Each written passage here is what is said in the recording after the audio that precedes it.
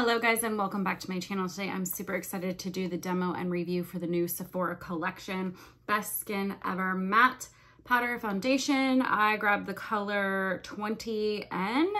See if it'll let you guys see that there. Here we go. 20N. There are quite a lot of shade ranges in this particular product, so you guys would definitely have a good choice.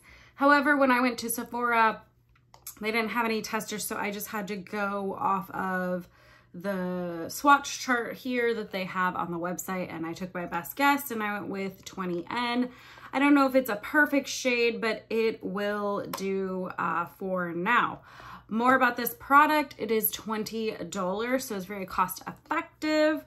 It comes with 7.5 grams. I feel like that's really light, even though it is $20. I feel like that's still kind of expensive. Says this powder is matte, best for oily combination to normal skin types. Looks like it has some decent ingredients as well. It's meant to be a breathable powder, and it gives medium to high coverage. It's weightless, easy to work with, never cakes, and it also helps the appearance of pores, fine lines be reduced. Okay. So that is enough about this powder foundation. Let's talk about the quick elephant in the room. Yes, I cut off all my hair, and yes, I no longer have blonde in my hair. This is my natural hair color, everybody, and I am on a healthy hair journey where I am keeping my natural hair color, and I don't plan on dyeing my hair anymore, hopefully. So this is where we're at. I'm hoping within like the next year or two, it will be a longer length and I can enjoy it more. I'm not crazy about the bob style. However, it was a must in my healthy hair journey to cut out all the blonde and old dye that was in my hair. So this is it. So if you guys are wondering what's up with the look, this is what's going on, healthy hair journey. All right, so back to the demo and review. I just wanted to address that because I know I'll get questions about my hair. So with this product, it has your little component here. Underneath has your sponge, velvety side, and then the sponge side. Typically, when a product comes with a sponge, that usually is where you're going to get your best application. I am going to try it though with my flat top Kabuki from Bare Minerals, the core coverage brush. Just to kind of see the difference. Again, the color I went with is 20N. And I am pretty tan right now for myself, so I'm gonna go right in with that foundation brush. As you can see, it gives kind of smooth coverage, very, I'd say light, but it is buildable as well. I want to try a little more coverage, so I'm going to go in with that sponge. I'm going to use the black regular sponge side because I just have a feeling I'll get way more coverage. As you can see, much better coverage, and it's much faster. So much better coverage. The color is okay. I'm not like wild about it, but it will work. It'll pass. It will be fine for my summer shade.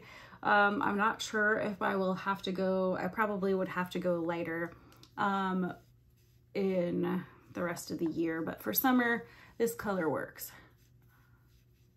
especially for, you know, guessing based on a picture on the internet. You never know what you're gonna get on the color match, but we are winging it and I'm good with that. I am gonna do my forehead with the brush though, because I find that my forehead tends to just pick up texture, and I don't want it to look heavy, as I have lots of things I have to do today. I've been testing this foundation for a while. I definitely have my thoughts on it. A lot of people are trying to say that this is the dupe for the original Bare Pro. I don't really think so. I do think that it has like a really soft velvet texture. I would say it's kind of in between the original Bare Pro and the new one that they have, to be honest with you. I don't think it's an exact dupe for either. I'd say it's right in the middle. Hello guys, and welcome back with the magic of YouTube. All my makeup is on and complete, and I am ready to talk about the Sephora Best Skin Ever Matte Powder Foundation. All right, so as you guys can see, I'll get my little face in here a little closer. You can see it's a really pretty finish. It's definitely a matte It's definitely a matte finish, but it's not overly matte that I look chalky. The color is okay. It's not ideal, but it will work for the video, and it would probably work as my summer shade as I'm constantly changing color currently. Yeah, so I don't have any makeup setting spray on yet, but I am going to put some on now. Just to kind of show you guys that even though it's matte, it's not a super duper like crazy dry matte. It actually looks really pretty on my skin. I do have combination skin. I do think this is better for combination to oily skin. I'm not sure how I will feel about this particular powder in the winter when I'm a little drier. I'm thinking it's gonna be mostly a summer foundation for me, especially because I'm not 100% on the color range for myself, but this will work as of now. It's passable. It doesn't look terrible. I don't have a huge line in person.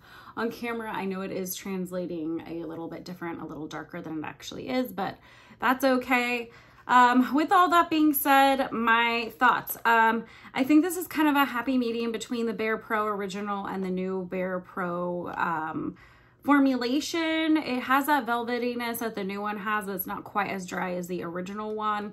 I still think I prefer the original formulation for Bare Pro. However, I think this is a really great option considering the fact that we can't get that formulation anymore. I feel like this is kind of the happy medium for people.